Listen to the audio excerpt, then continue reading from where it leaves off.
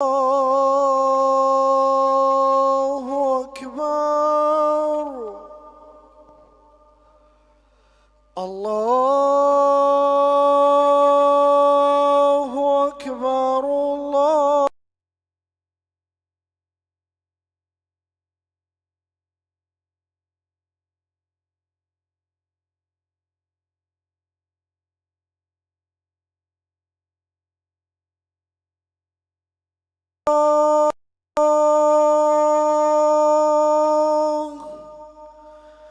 أشهد أن لا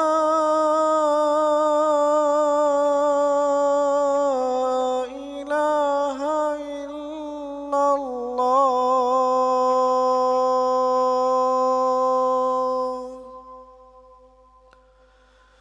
أشهد أن محمدا رسول الله.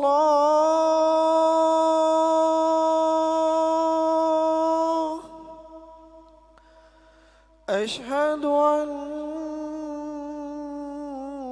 محمدا رسول الله.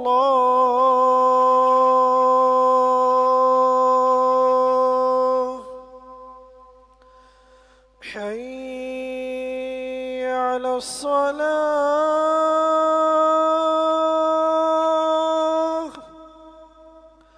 حي على الصلاة.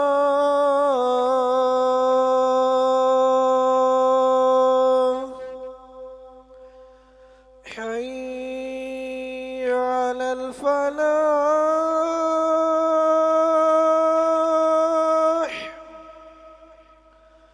حي على الفلاح.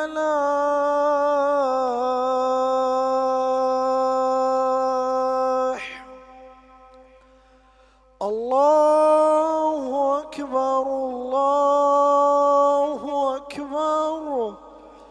لا إله إلا الله.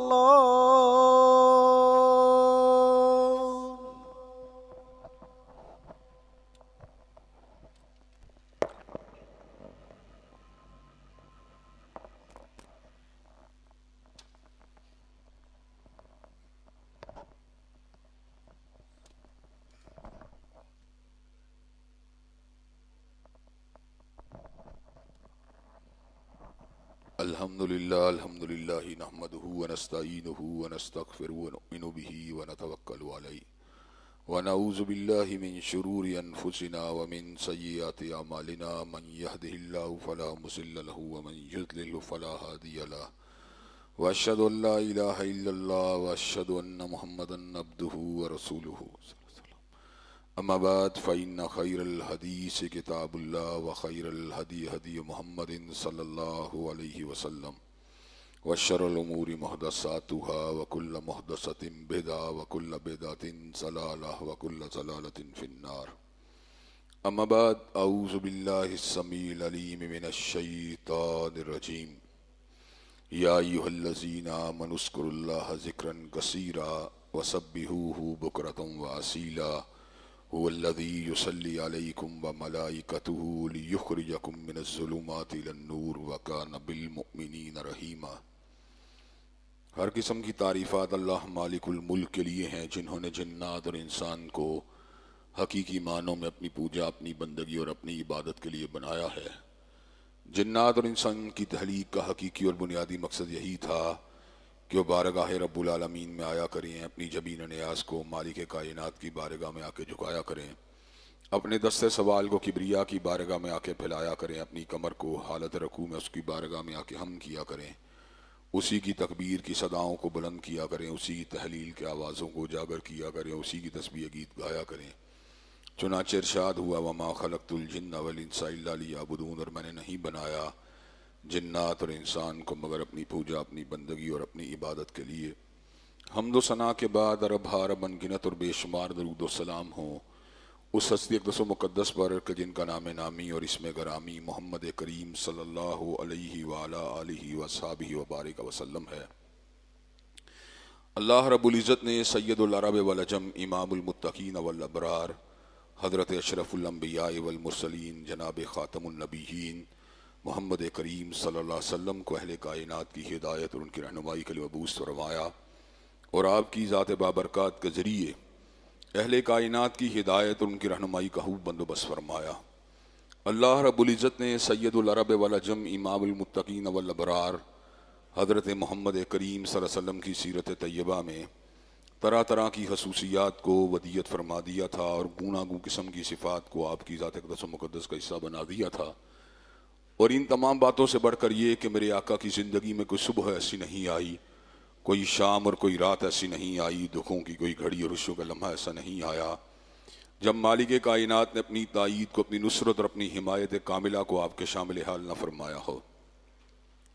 اور ان تمام باتوں سے بڑھ کر یہ کہ عرش کے رب نے اپنی آخری کتاب حمید کو سید العرب والعجم امام المتقین والابرار حضرت محمد کریم صلی اللہ علیہ وسلم کے قلب اطہر پہ نازل فرما دیا تھا۔ یہ کتاب حمید مقصد زیست کے حوالے سے رہنمائی کرنے والی سب سے زبردست کتاب ہے، نہ کوئی اس کا جوڑ ہے، نہ کوئی اس کی مثیل ہے، نہ کوئی اس کی نظیر ہے۔ لَإِنِ اجْتَمَعَتِ الْإِنسُ وَالْجِنُّ عَلَىٰ أَن يَأْتُوا بِمِثْلِ هَٰذَا الْقُرْآنِ لَا يَأْتُونَ بِمِثْلِهِ وَلَوْ كَانَ بَعْضُهُمْ لِبَعْضٍ ظَهِيرًا۔ اللہ تبارک و تعالیٰ خود ارشاد فرماتے ہیں، روئے زمین کے انسان اور جنات اگر جمع ہو جائیں اور ٹارگٹ یہ ہو کہ قرآن مجید جیسی کوئی کتاب لے کے آنی ہے، نہیں کر سکتے یہ کام، چاہے سارے ایک دوسرے کے ہیلپر کیوں نہ بن جائیں۔ کولیکٹیو ہیومن وزڈم میں اللہ نے بڑی طاقت رکھی ہے۔ کولیکٹیو ہیومن وزڈم بڑے بڑے عجیب و غریب قسم کے کام کر گزرتی ہے۔ کئی مرتبہ ایک قوم اگر یکسو ہو جائے تو بڑی سے بڑی قوم اس کے مقابلے کے اوپر بے بس ہو جاتی ہے۔ کیوبا چھوٹا سا ملک ہے، امریکہ نے بڑی کوشش کی اس کے اوپر غلبہ پانے کی، لیکن پانے میں ناکام ہو گیا، اس لیے کیوبا کی قوم متحد تھی۔ حضرات گرامی قدر، افغانستان ایک لینڈ لاک ریاست ہے، یعنی جس کے ساتھ کوئی سمندر کہیں سے بھی ٹچ نہیں ہوتا، لیکن روس قبضہ کرنے میں ناکام ہو گیا، امریکہ قبضہ کرنے میں ناکام ہو گیا، انگلستان قبضہ کرنے میں ناکام ہو گیا۔ جو کسی قوم کی اجتماعیت ہوتی ہے اس میں بڑی قوت ہوتی ہے، لیکن اللہ تعالیٰ نے یہاں پر اقوام کی اجتماعیت کی بات نہیں کی، بلکہ پوری انسانیت نہیں، جنات کی بھی اجتماعیت کی بات کی۔ سارے جمع ہو جائیں، قرآن مجید کی مثل کو پیش نہیں کر سکتے، اس لیے کہ مخلوق کا جو اسکوپ ہے انٹلیکٹ کا، یا مخلوق کی جو کولیکٹیو وزڈم ہے، وہ اللہ تبارک و تعالیٰ کی وزڈم کے مقابلے میں صفر کی حیثیت بھی نہیں رکھتی۔ اللہ تبارک و تعالیٰ کسی الفاظ کو پکڑ لیں یا اس کو چھو لیں یا اس کو خود ادا فرما دیں تو وہ لفظ جو ہوتا ہے بڑا وزنی ہو جاتا ہے۔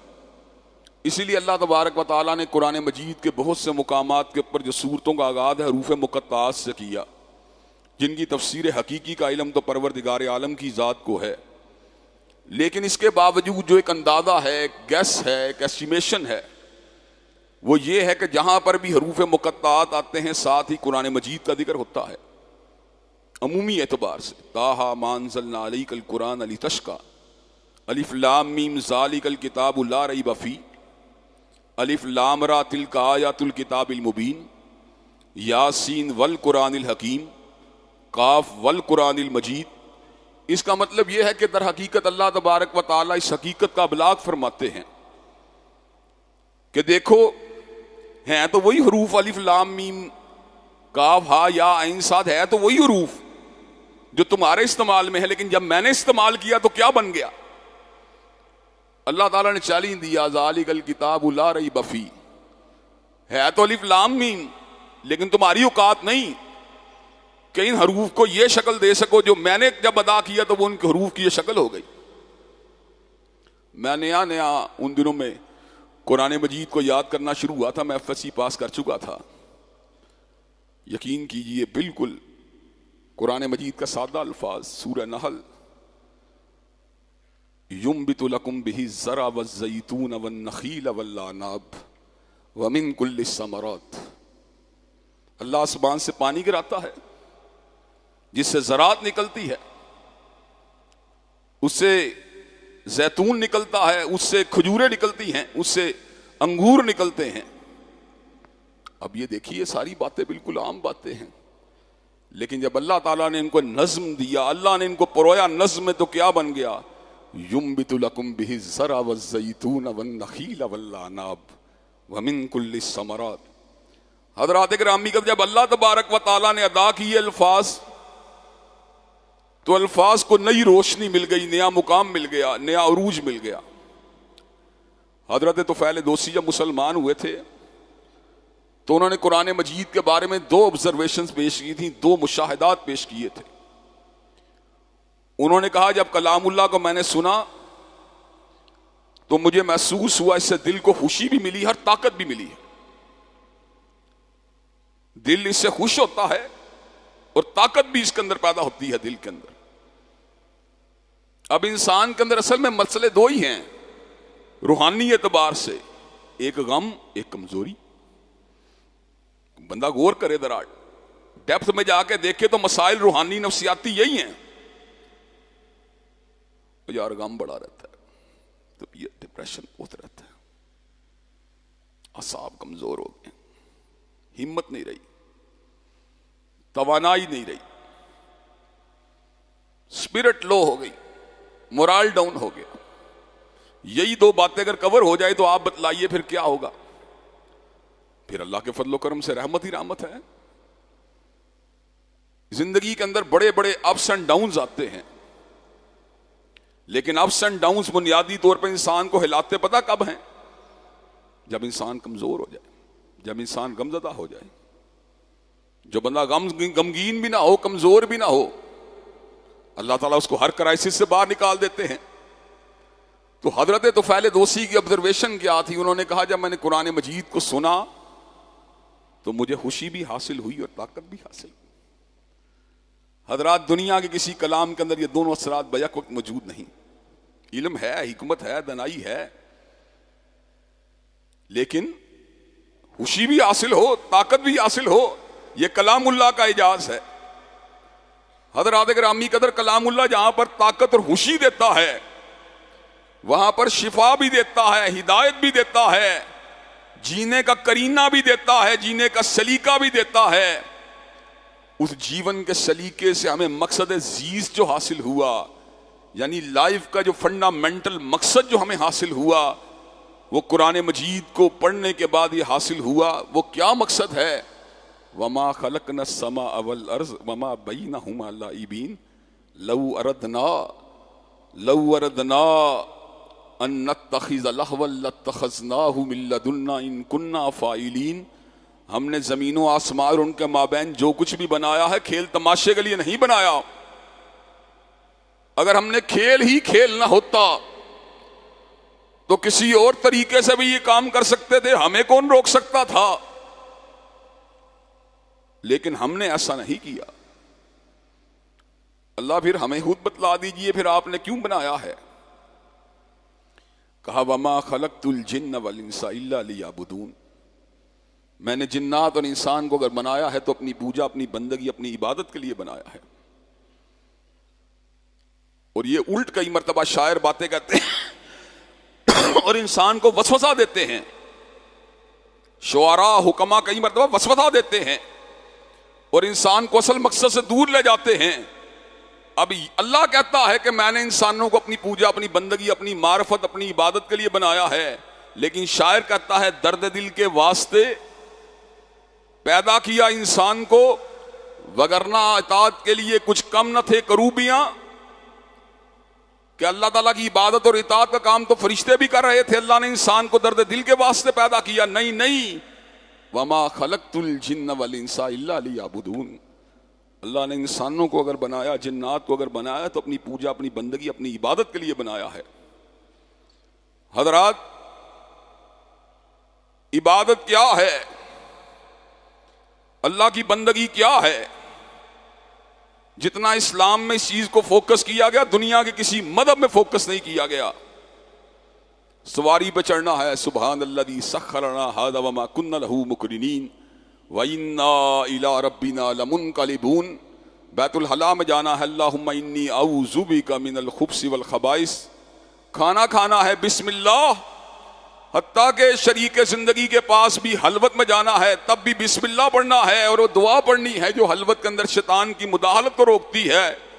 مسجد میں آنا ہے اس وقت بھی اللہ کے رحمت کے دروازوں کو کھلنے کی دعا کرنی ہے. مسجد سے نکلنا ہے اس وقت بھی اس کے فضل عظیم کا سوال کرنا ہے. جانور کو لٹانا ہے اس وقت بھی یہی کہنا ہے ان صلاتی و نسکی و محیایا و مماتی للہ رب العالمین. حضرات پوری زندگی کیا ہے؟ بندگی اور عبادت کی کوشش ہے. پھر یہ معیشت کیا ہے؟ پھر یہ معاشرت کیا ہے؟ پھر یہ اولاد کیا ہے؟ پھر یہ بیوی بچے کیا ہیں؟ پھر یہ رہن سہن کیا ہے؟ حضرات گرامی قدر یہ تو زندگی گزارنے کا ایک انداز ہیں اور ان کے اندر بھی ہمارے لیے فتنے چھپے ہوئے ہیں، امتحانات چھپے ہوئے ہیں. اللہ نے خود اعلان فرما دیا وجعلناکم، اللہ تبارک و تعالی خود فرماتے ہیں کہ ہم نے بعض کو تمہارے اندر سے بعض کے لیے فتنہ بنا دیا.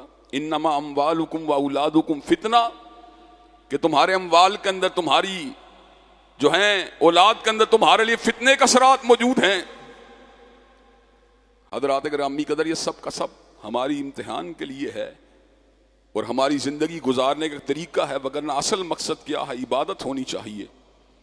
اور عبادت جو ہے اس کو مینٹین کرنے کے لیے اللہ تعالیٰ نے انسان پہ دو طرح کی حالتوں کو مسلط کیا. اللہ نے دو طرح کی کون سی حالتوں کو مسلط کیا؟ وَنَبْلُوكُمْ بِالشَّرِّ وَالْخَيْرِ فِتْنَةً. اللہ نے حریت بھی دی اور تکلیف بھی دی. حریت میں بھی اللہ آزمائش کر رہے ہیں اور تکلیف میں بھی اللہ تبارک و تعالیٰ آزمائش فرما رہے ہیں. الذی خلق الموت والحیات لیبلوکم ایکم احسن عملا. زندگی اور موت کا پورا سرکل کیا ہے؟ در حقیقت انسان کے اعمال کی پڑتال ہے اور اس بات کی امتحان ہے، اس بات کی جانچ اور پرکھ ہے کہ کون سا انسان ہے جو احسن عمل کرتا ہے. جو احسن عمل کرے گا وہ کامیاب ہی کامیاب ہے اور جو برے اعمال کرے گا وہ ناکام ہی ناکام ہے. حضرات گرامی قدر عبادت کے رنگ تو بہت سے ہیں. روزہ بھی عبادت کا ایک رنگ تھا، اسی طرح زکوٰۃ بھی عبادت کا ایک رنگ ہے، حج بھی عبادت کا ایک رنگ ہے، جہاد بھی عبادت کا ایک رنگ ہے. یہ سارے کے سارے عبادات کے رنگ تھے. لیکن دو رنگ عبادات میں ایسے ہیں جن رنگوں کے ذریعے انسان نہ صرف یہ کہ اللہ کے ساتھ اپنے تعلق کو جوڑتا ہے بلکہ ان دو رنگوں کا استعمال کرنے کے بعد اپنی مصائب اور مشکلات کے ساتھ بھی نبردآزما ہونے کی صلاحیت کو حاصل کرتا ہے. دو رنگ ایسے ہیں کہ جن کو اختیار کر کے انسان نہ صرف یہ کہ اللہ کی قربت کا سفر کرتا ہے بلکہ اپنے مسائل سے بھی باہر نکلنے کے قابل ہو جاتا ہے. وہ دو رنگ کیا ہیں؟ ایک رنگ محبت کا رنگ ہے اور ایک رنگ عاجزی کا رنگ ہے. عاجزی کا رنگ بے بسی کا اظہار، بے کسی کا اظہار، یہ دعا ہے. اور حضرات گرامی کا محبت کا رنگ، محبت کا انداز، یہ اللہ کا ذکر ہے. جب انسان عاجز ہوتا ہے اپنے بھائی کے پاس جا کے کہتا ہے، اپنے باپ کو کہتا ہے، اپنے دوست کو کہتا ہے میری مدد کر، یہ عاجزی ہے.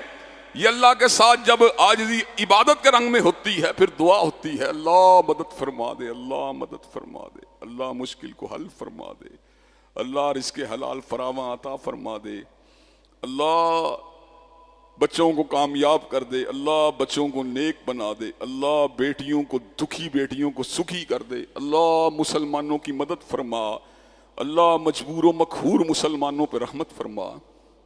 یہ دعا ہے. اور حضرات اگر امی کہتے جب کسی کو کسی سے پیار ہوتا ہے تو انسان پھر اس کا پیغام ذکر کرتا ہے.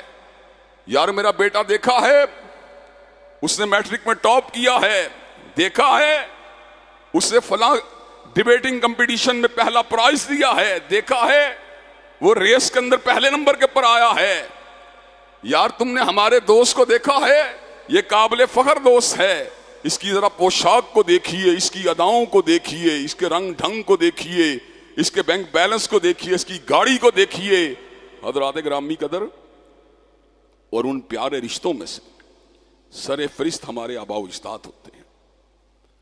ہماری پہلی پشت میں یا دوسری پشت میں یا تیسری پشت میں کوئی ایسا بندہ گزرا ہو جس نے کمال کارنامہ انجام دیا ہو، ہم ضرور اس کا ذکر کرتے ہیں کہ میرے دادا جناب بڑے رئیس تھے، بڑے لوگوں کے کام آتے تھے، بڑے بہادر تھے، انہوں نے جنگ آزادی میں حصہ لیا، قیام پاکستان کے وقت قربانیاں دیں، وہاں پہ جیلوں میں گئے۔ اگر میرا باپ کوئی بہادر آدمی ہے، عالم آدمی ہے، میں اس کا بھی ذکر کروں گا اور کرتا ہی چلا جاؤں گا۔ لوگ پہچان جائیں گے اس کو اپنے باپ سے بڑا پیار ہے، اس کو اپنے دادا سے بڑی محبت ہے۔ حضرات گرامی قدر، یہ محبت عبادت کے رنگ میں ہوتی ہے تو پھر اللہ کا ذکر ہوتا ہے، پھر اللہ کا ذکر ہر وقت زبان پہ ہوتا ہے۔ اور اللہ تبارک و تعالیٰ کو اس بات کا پتہ ہے کہ انسان محبت کے اندر مغلوب ہو کے جب ذکر کرتا ہے تو اللہ تبارک و تعالیٰ پھر اس ذکر کے مقابلے میں اپنے ذکر کو فوقیت دینے کی بات کرتے ہیں۔ اللہ تبارک و تعالیٰ حج کے موقع پہ یہ بات کہتے ہیں کہ جس وقت تم اپنے مناسک کو ادا کر لو، فَاذْكُرُوا اللَّهَ كَذِكْرِكُمْ آبَاءَكُمْ أَوْ أَشَدَّ ذِكْرًا، تو اس وقت مجھے ویسے یاد کیا کرو جتنا اپنے باپ کو یاد کرتے ہو، اپنے دادوں کو یاد کرتے ہو، بلکہ اس سے بھی زیادہ یاد کیا کرو۔ محبت تو تمہیں حقیقت میں مجھ سے ہونی چاہیے۔ وَمِنَ النَّاسِ مَن يَتَّخِذُ مِن دُونِ اللَّهِ أَندَادًا يُحِبُّونَهُمْ كَحُبِّ اللَّهِ وَالَّذِينَ آمَنُوا أَشَدُّ حُبًّا لِلَّهِ، کہ لوگ جو غیر اللہ کے پرستار ہیں ان سے ویسے محبت کرتے ہیں جیسے اللہ سے محبت کرنی چاہیے۔ وَالَّذِينَ آمَنُوا أَشَدُّ حُبًّا لِلَّهِ، لیکن مومن و مسلمان کی محبت اللہ کے ساتھ بڑی ہی شدید ہوتی ہے، اور جس کی محبت شدید ہوتی ہے ساری بات ہے پھر اس کی یاد تو آئے گی، جس سے محبت ہے اس کی یاد تو آئے گی۔ جب یاد آئے گی پھر ذکر بھی ہوگا۔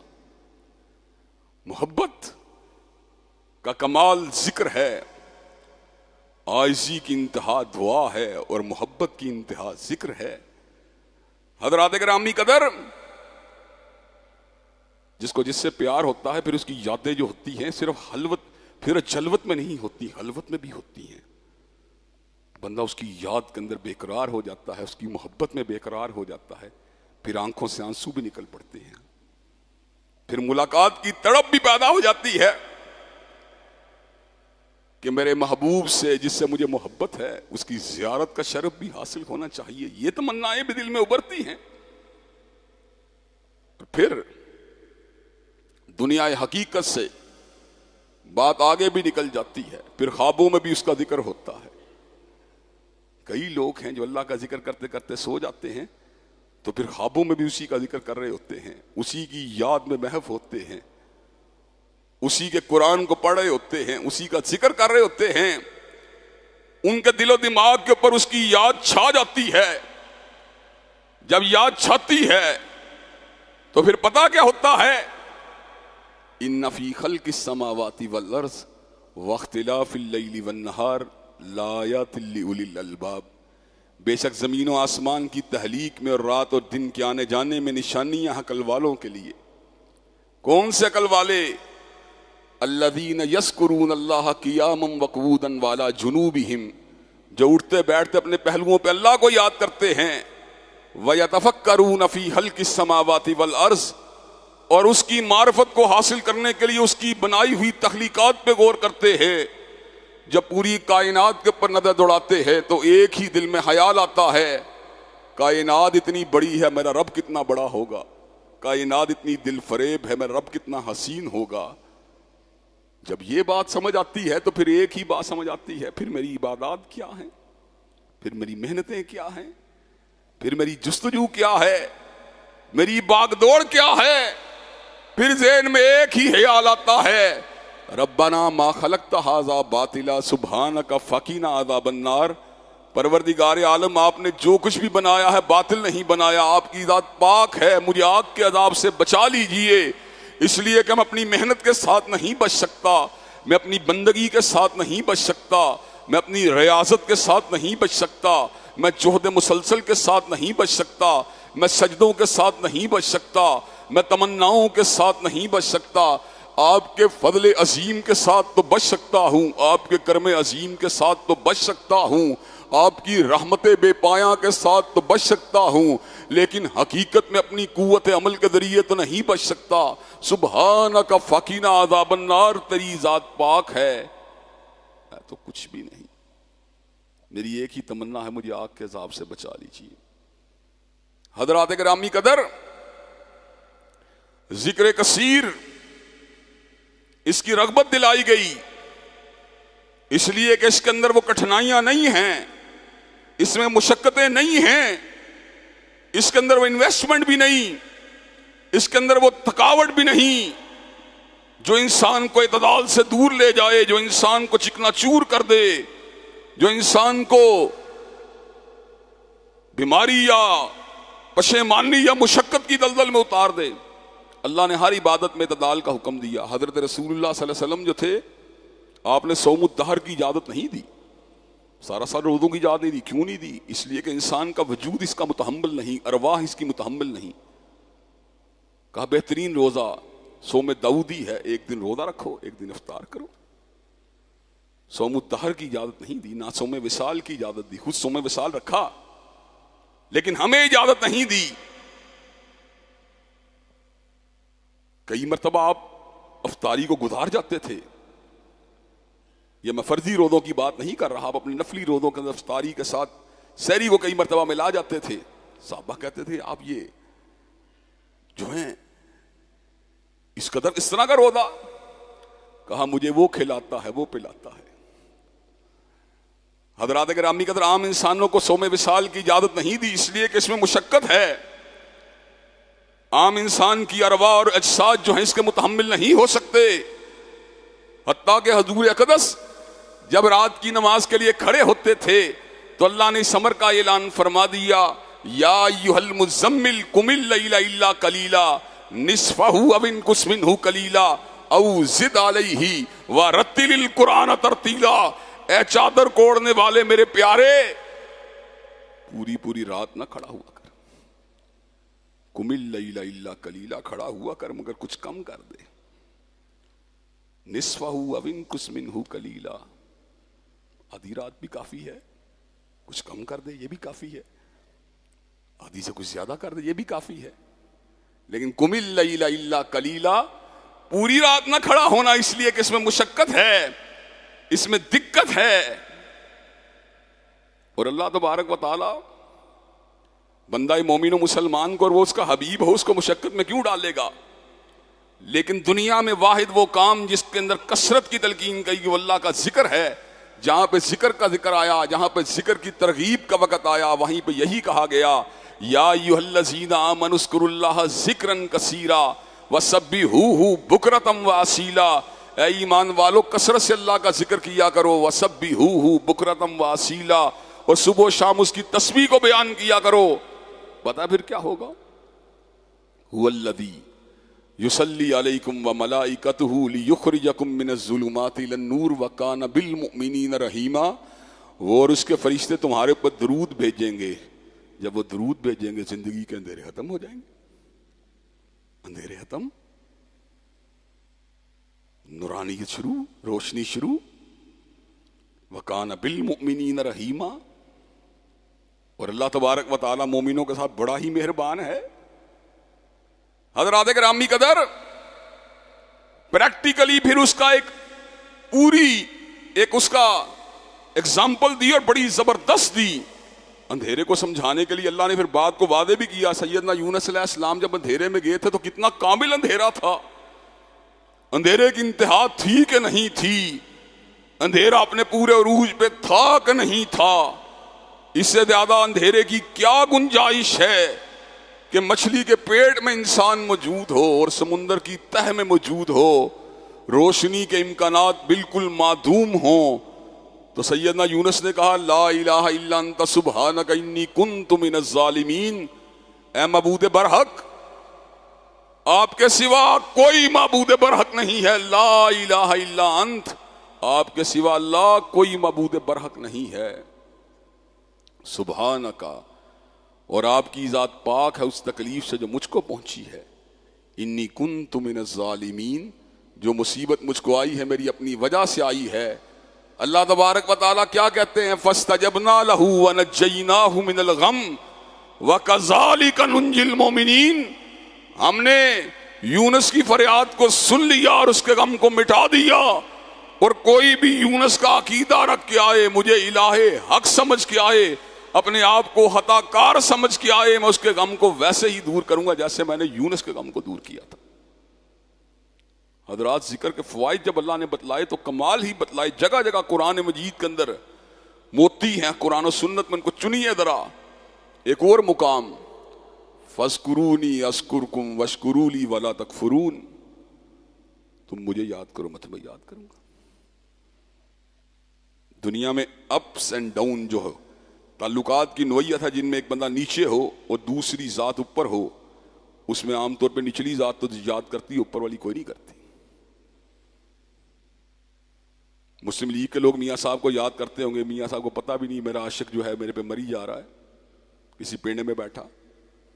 خان صاحب کا جو محب ہے وہ خان صاحب کے لیے لڑنے مرنے میں مادہ، خان صاحب کو پتہ ہی نہیں کہ میرا محب کہاں ہے، لیکن وہ فَاذْكُرُونِي أَذْكُرْكُمْ، تو مجھے یاد کرو میں تمہیں یاد کروں گا۔ مجلس میں یاد کرو میں مجلس میں یاد کروں گا، تنہائی میں یاد کرو تنہائی میں یاد کروں گا، تم مجھے یاد کرو میں تمہیں یاد کروں گا۔ حضرات گرامی قدر، اگر بڑا کسی کو یاد کرے تو اس کی حیثیت کے مطابق پھر اس کی توجہات بھی اس کی طرف ہوتی ہیں۔ اگر سعودی عرب کا بادشاہ کسی کو یاد کرے تو پھر وہ اس کو پروٹیکٹ بھی کرے گا مشکل کے اندر، اسے بتلایا جائے تمہارا دوست مشکل میں، اس کو پھر وہ بچانے کی کوشش بھی کرے گا، اسے پتہ چلے تمہارا دوست غربت میں ہے اس کی مدد کرنے کی کوشش بھی کرے گا۔ ہمیں کوئی بندہ آگے بتلائے یار آپ کا فلاں کلاس فیلو اذیت کے اندر ہے، تو ہم اس کی اذیت کو دور کرنے کے لیے بتقاضا بشریت یا بتقاضا انسانیت یا بتقاضا اخوت اس کے لیے کوششیں کرتے ہیں۔ اگر میرا رب مجھے یاد کرے تو کیا وہ میری مشکلات کو دور کرنے کی کوشش نہیں کرے؟ اس نے کون کہنا فیکون، بس ہو جا میرے دوست میرے بندے میرے ولی، تو مجھے یاد کر میں تجھے یاد کروں گا۔ حضرات گرامی کا جس کو اللہ یاد کرتا اس کے مصائب باقی نہیں رہ سکتے، مشکلات باقی نہیں رہ سکتی۔ اور حدیث کے اندر بڑا خوبصورت ایک جملہ، صحابہ کرام موجود تھے، حضور علیہ السلام جو معلم انسانیت تھے، جو انسانوں کو ہمیشہ سیدھے راستوں کے گائیڈ کرنے والے تھے، حضرت رسول اللہ صلی اللہ علیہ وسلم ارشاد فرماتے ہیں الا انبئکم بخیر اعمالکم، کیا میں تمہیں ایک ایسی بات سے آگاہ نہ کروں جو تمہارے اعمال میں سب سے بہتر ہے؟ ازکا عند ملیککم، تمہارے بادشاہ کو بہت پسند ہے، وارفعھا فی درجاتکم، تمہارے درجوں کو بہت بلند کرنے والا ہے، وخیر لکم من انفاق الذھب والورق، تمہارے لیے اس بات سے بہتر ہے تم سونے چاندی کے ڈھیروں کو اللہ کے راستے میں خرچ کرو، وخیر لکم من ان تلقوا عدوکم فتضربوا اعناقهم ویضربوا اعناقکم، اور تمہارے لیے اس بات سے بہتر ہے تمہارا مقابلہ لشکر کفار سے ہو، تم ان کی گردنیں کاٹے وہ تمہاری گردنیں کاٹے۔ غازی اور شہید ہونے سے بھی افضل، سونے اور چاندی کے ڈھیروں سے بھی افضل، درجات کی بلندی کا بھی سبب۔ صحابہ کرام نے کہا وہ کون سا بیش قیمت خزانہ ہے جس کی طرف نبی مہرباں ہماری رہنمائی فرما رہے ہیں؟ تو حضرت آقا نے اس موقع پہ جواب دیا، صحابہ نے کہا قالوا بلا، بالکل حضرت رسول اللہ ہمیں ضرور آگاہ فرمائیے اس عظیم الشان عمل سے۔ حضرت رسول اللہ فرماتے ہیں ذکر اللہ، اللہ کا ذکر جو ہے اس میں ساری باتیں موجود، اللہ کی یاد میں یہ ساری کی ساری باتیں موجود ہیں۔ حضرات گرامی قدر، انہماک ذکر اور ذکر کی کثرت، اس بات پر اپنی بات کو ختم کروں گا۔ حضرت رسول اللہ کس قدر ذکر کے ساتھ اٹیچ تھے، حدیث پاک میں آیا ہے کہ آپ ہر حالت میں اللہ کا ذکر فرمایا کرتے تھے، آپ ہر حالت میں اللہ کا ذکر فرمایا کرتے تھے۔ حضرات گرامی کا ذکر کی اقسام کیا ہیں، ذکر کن کن قسم کا ذکر ہوتا ہے، کن کن مراحل سے انسان کو باہر نکالتا ہے، کن کن بے چینیوں بے قراریوں سے باہر نکالتا ہے، کتنے ثواب کا باعث ہے۔ انشاءاللہ ان تمام امور کے پر آئندہ خطبات جمعہ اپنی گزارشات کو آپ حضرات کے سامنے رکھوں گا۔ اللہ تبارک و تعالیٰ سے دعا ہے اللہ تبارک و تعالیٰ ہم سب کو اپنا ذکر کرنے کی توفیق دے۔ وآخر دعوانا الحمدللہ رب العالمین۔ الحمدللہ نحمده ونستعینه ونستغفره ونؤمن به ونتوکل علیہ ونعوذ باللہ من شرور انفسنا ومن سیئات اعمالنا، من یهده اللہ فلا مضل له ومن یضلل فلا هادی له، واشهد ان لا الہ الا اللہ وأشهد أن محمدا عبده ورسوله صلى الله عليه وسلم. أما بعد فإن خير الحديث كتاب الله وخير الهدي هدي محمد صلى الله عليه وسلم وشر الأمور محدثاتها وكل محدثة بدعة وكل بدعة ضلالة وكل ضلالة في النار. حضرات گرامی قدر، انسان اس دنیا میں اگر آیا ہے تو اس کی ولادت کا مقصد اللہ کی بندگی اور اس کی عبادت ہے. رنگ تو عبادات کے بہت سے ہیں، مگر دو رنگ ایسے ہیں جو جہاں پہ اللہ کی قربت کا سبب ہیں وہاں پہ پشیمانیوں، پریشانیوں، ابتلاؤں کو دور کرنے کا بھی سبب ہے. ان میں سے ایک رنگ بندگی کا رنگ ہے اور عاجزی کا رنگ ہے جس کو دعا کہتے ہیں، اور ایک رنگ محبت کا رنگ ہے، محبت کی انتہا ہے، اس کو ذکر کہتے ہیں. اللہ کا ذکر کرنا یہ بڑی ہی سعادت کی بات ہے. اللہ نے ذکر کثیر کا نتیجہ یہ بتلایا، هو الذی یصلی علیکم وملائکتہ لیخرجکم من الظلمات الی النور وکان بالمؤمنین رحیما. وہ اور اس کے فرشتے تمہارے پر درود بھیجیں گے، تمہاری زندگی کے اندھیروں کو روشنی کے اندر تبدیل کر دیا جائے گا. اور دوسرے مقام پر ارشاد ہوا، فاذکرونی اذکرکم، تم میرا ذکر کرو میں تمہارا ذکر کروں گا. اور تیسرے مقام پر ارشاد ہوا، وہ لوگ جو اپنے دلوں کو اللہ کے ذکر کے ساتھ اطمینان دیتے ہیں. اور کیا اللہ کے ذکر کے ساتھ دلوں کو اطمینان نہیں ملتا؟ یقین کیجئے لیگزاٹنل کے ساتھ، موٹیوال کے ساتھ، دیگر مسکن ادویات کے ساتھ، ڈایازیپام کے ساتھ وہ سکون نہیں مل سکتا جو اللہ کی یاد میں ہے. جب بے قراری اپنی انتہا کو پہنچتی ہے، مسکن ادویات جو ہیں وہ انسان کی سوچنے کی صلاحیت کو چھین لیتی ہیں، لیکن اللہ کا ذکر جو ہے وہ روشنی کا ایک نیا راستہ کھولتا ہے، اور انسان کے ہوش و حواس گم نہیں ہوتے بلکہ بصیرت کے دریچے کھل جاتے ہیں. اللہ نے قرآن مجید میں اس بات کا ذکر فرمایا، ما اصاب من مصیبت الا باذن اللہ ومن یؤمن باللہ یہدی قلبہ. جتنی بھی مصیبتیں آتی ہیں در حقیقت اللہ کے حکم سے آتی ہیں، اور جب انسان مومن ہوتا ہے تو اللہ اس کے دل کو گائیڈ کر دیتے ہیں. چنانچہ اگر ہم حقیقی اطمینان چاہتے ہیں تو اللہ کے ذکر کے ساتھ ہمیں جڑ جانا چاہیے. ذکر کون کون سے ہیں، اس حوالے سے انشاءاللہ اپنی چند گزارشات کو آئندہ خطبات جمعہ میں آپ حضرات کے سامنے رکھوں گا، اور انشاءاللہ اس موضوع کے پر اب تفصیلی گزارشات کتاب و سنت کی روشنی میں آپ کے سامنے کی جائیں گی. اللہ تبارک و تعالی ہمیں ہمہ وقت اپنا ذکر کرنے کی توفیق دے، اور ہمیں ہمیشہ اپنے سے محبت کرنے کی اور اپنے ہی سامنے عاجزی کو اختیار کرنے والے لوگوں میں شامل فرمائے. ان اللہ یأمر بالعدل والإحسان وإیتاء ذی القربى وینہی عن الفحشاء والمنکر والبغی. سبحان ربک رب العزۃ عما یصفون والسلام علی المرسلین والحمد